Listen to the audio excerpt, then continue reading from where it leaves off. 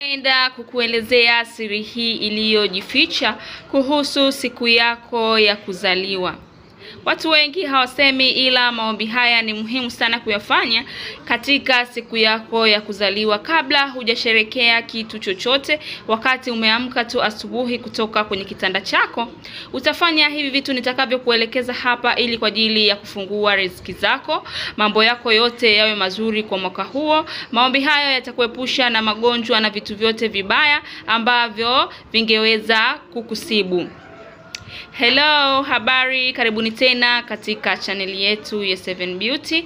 Na wewe kama ni mgeni kwenye channel hii, please usisahau kubonyeza neno subscribe ili wa kwanza kuona kila nitakapokuwa ninaposti somo jipya. Kama nilivyosema, moja kwa moja tutakwenda kwenye somo letu, na leo nakwenda kukuelekeza maombi maalum unaweza kuyafanya siku yako ya kuzaliwa. Asubuhi ile siku yako ya kuzaliwa, kama umezaliwa tarehe 15, ile siku itakapofika asubuhi yake utafanya maombi haya maalum. Kabla hujafanya kitu chochote, umeamka tu kutoka kwenye kitanda chako, hakikisha umeshaandaa mahitaji yako haya ili uweze kwenda kufanya maombi haya maalum kwa ajili ya mwaka wako wa kuzaliwa, kwa ajili ya siku yako ya kuzaliwa, ili mwaka wako uende kuwa mzuri, wenye mafanikio, wenye kutajirika, wenye kila kitu kuongezeka kwenye maisha yako na hutopungukiwa na kitu chochote. Nitakueleza njia 3 ambazo utachagua wewe mojawapo ambayo itakuwa ni rahisi kwako kwa wewe kuifanya. Njia ya kwanza nitakao kwenda kukuelekeza ni kwa kutumia karafuu. Nadhani watu wote mnazijua karafuu. Na hizi ndo karafuu zangu mimi nimeziandaa. So na wewe utanunua karafuu zako, clove. Kiingereza wanaita clove, ila ni karafuu. So utanunua karafuu zako kiasi tu kwa ajili ya kufanya maombi haya. Na kitu kingine utakachohitaji, utahitaji maji ya uvuguvugu au ya moto kiasi. So mimi hapa ni maji yangu nimeshakwisha kuyachemsha, ni yana uvuguvugu. Utaweka maji yako pembeni, na kisha utachukua hizi karafuu zako, utahesabu kiasi cha namba uliofika, yani kiasi cha kwamba kama umefikisha miaka, leo ni siku yako ya kuzaliwa, umefikisha miaka 30, utahesabu karafuu 30. Kama umefikisha miaka 25, utahesabu karafuu 25. Kama umefikisha miaka 50, hivyo utahesabu karafuu mpaka zifike karafuu 50. Na utahesabu karafuu hizo huku ukiwa unazidumbukiza kwenye haya maji ya uvuguvugu au maji ya moto kiasi. Utakuwa ukidumbukiza karafuu moja moja huku ukizihesabu mpaka zifike ule mwaka uliozaliwa. Kama ni karafuu umefikisha miaka 30, utahesabu karafuu 30 huku unazidumbukiza katika haya maji ya moto au maji ya uvuguvugu.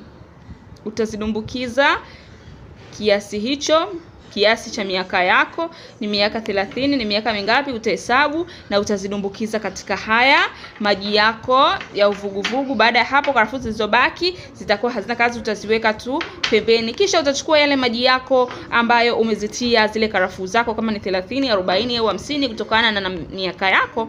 Kisha utakishika kikombe hiki kwa mikono yako miwili. Ndio maana nimesema maji yasiyo ya moto sana, yao uvuguvugu, maana utakuwa ukishika kikombe hiki wakati unaanza kuomba. Utaanza kuomba huku umeshika kikombe hiki chenye karafuu hizi, huku ukiomba kwa imani yako, ukiwa unamwamini Mungu kwa imani yako, kwa nguvu za ulimwengu, kwa nguvu za Mungu, kwamba utakwenda kupokea kila utakachokiomba katika huo mwaka wako uliozaliwa, katika mwaka wako, katika mwaka huo, katika siku yako hiyo ya kuzaliwa. Uende ukafungue baraka zako, njia zako, milango yako yote ya mafanikio ifunguke, kusiwe na mtu kuwa na chuki na wewe wala kukufanyia vitu vibaya. Utaomba mambo yako yote yanayokusibu, unayohitaji katika mwaka huo, huku ukiwa umeshika kikombe hiki ambacho ndani umetia karafuu zako. Utaomba maombi yako yote mpaka utakapomaliza. Utaongea mambo yako yote, na hakikisha sehemu hiyo iwe sehemu yenye utulivu mkubwa. Hakikisha hakutokuwa na mtu yoyote wa kukatisha. Wakati unaanza maombi haya hakutakiwi kuwe na mtu yoyote ambaye atakukatisha, atakusababisha uanze upya. Hapana. Hakikisha ni sehemu ambayo hakuna mtu yoyote. Kama ni mlango umefunga, kusiwe na mtu atakaye kukatisha wakati umeanza kufanya haya maombi.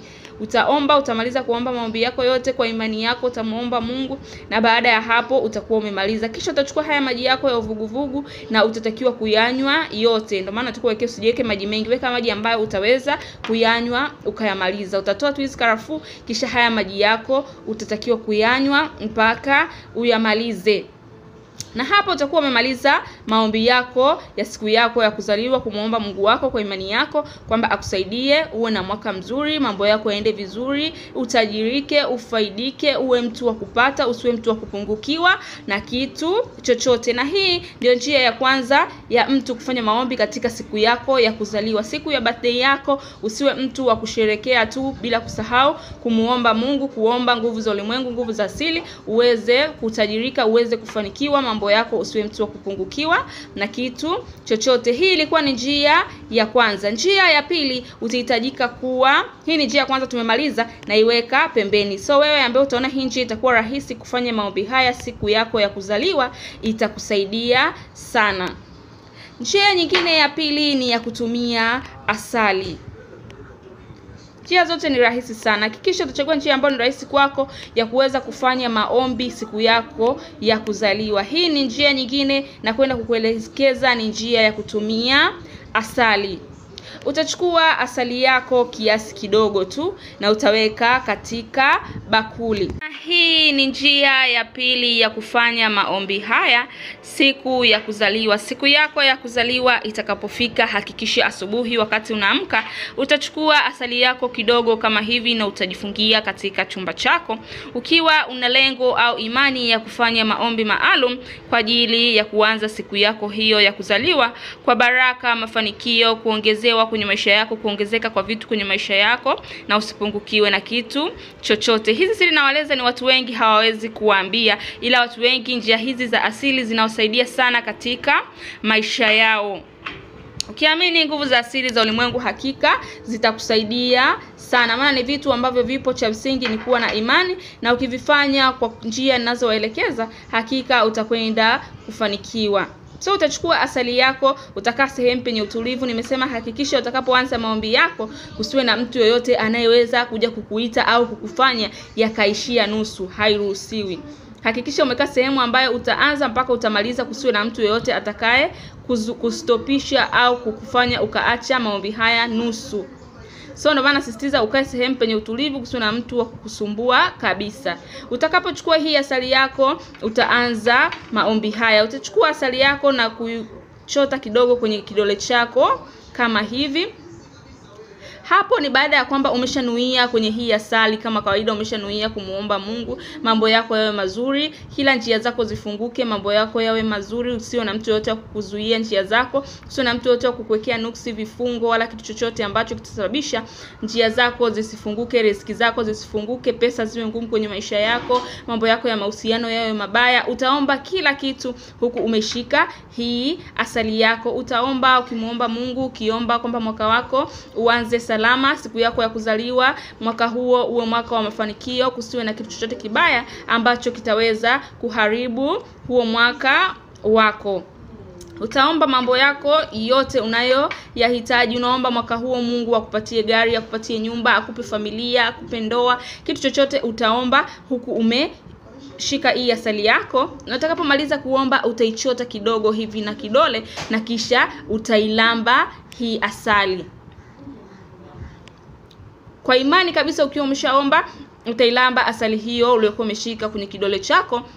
Na hapo utakuwa umemaliza njia hii ya pili rahisi, ambayo nakuelekeza ni namna gani asubuhi ukiamka siku yako ya kuzaliwa, kabla hujafanya kitu chochote, hujasherehekea kitu chochote, kukata keki, kualika marafiki. Hichi ni kitu cha kwanza inabidi ufanye asubuhi utakapoamka kabisa, kabla ya kufanya kitu chochote. Kabla hujaamka, hujaandaa kitu chochote, utafanya maombi haya maalum kwa ajili ya kumuomba Mungu wako aweze kufungua kila kitu kwenye maisha yako. Utafanya asubuhi ukiwa na imani. Baada ya hapo utaendelea na shughuli zako kama kawaida, ila unakuwa umeianza siku yako vizuri kwa maombi haya ya kufanya siku yako ya kuzaliwa ikuongezee vitu vingi sana kwenye maisha yako. Hii ilikuwa ni njia ya pili ya kufanya uweze kufanikiwa siku yako ya kuzaliwa isipite bila kufanya maombi. Njia nyingine ya tatu na ya mwisho nitakayokwenda kukuelekeza ni njia ya kutumia mshumaa mwekundu. Hii ni njia nzuri sana utakayokwenda kutumia kuomba maombi yako ya siku ya kuzaliwa. Ile tarehe imefika ambayo siku ambayo ulizaliwa, kama ulizaliwa tarehe 15 mwezi wa 10, utafanya maombi haya asubuhi wakati unaamka. Kabla hujafanya kitu chochote, hakikisha utakuwa siku moja kabla umeshaandaa mshumaa wako. Mishumaa inauzwa katika maduka ya asili, utaupata mshumaa wako. So utakapokuwa umeshanunua mshumaa wako huu mwekundu, utauasha mshumaa huu. Na utakapokuwa umewasha, wakati mshumaa huu unaendelea kuungua, pale ndio wakati utaanza kuomba maombi hayo. Na sina haja ya kurudia maombi hayo, maana ni maombi ambayo yanakuhusu wewe mwenyewe, kumuomba Mungu kufungua milango yako ya mafanikio, kuomba vitu ambavyo unahitaji katika mwaka huo uvipate, kuomba ndoa, kuomba mafanikio, kuomba kutajirika. Utaomba kitu chochote ambacho unahitaji mwaka huo Mungu akufanyie. Utaomba kwa imani yako, ukiwa na imani thabiti, ukiwa sehemu yenye utulivu. Utauasha mshumaa wako. Wakati mshumaa huu ukiwa unawaka, hakikisha unanuia vizuri. Huo ni wakati mzuri sana wa wewe kumuomba Mungu wako kwa imani yako, kwamba siku yako ya kuzaliwa kusiwe na kitu chochote kitakacho kupungukiwa. Mwaka huo uwe mwaka wa mafanikio kwako kuliko miaka yote iliyopita. Vitu viongezeke kwenye mwaka huo, vitu viongezeke, kusiwe mtu wa kupungukiwa na kitu chochote. Utaomba uwe mwaka wa mafanikio kuliko miaka yote iliyopita. Utaomba Mungu akutendee vitu ambavyo ni vya ajabu na vya miujiza. Utaomba wakati una mshumaa wako huu unawaka. Na baada utakapomaliza kuomba maombi yako, utauacha mshumaa huu uwake mpaka uishe kabisa, usiuzime. Asisitiza usiuzime mshumaa wako, hakikisha unaomba mpaka mshumaa huu utakapomaliza kuomba, mshumaa huu usiuzime, uache uungue wenyewe mpaka utakapo kuisha kabisa.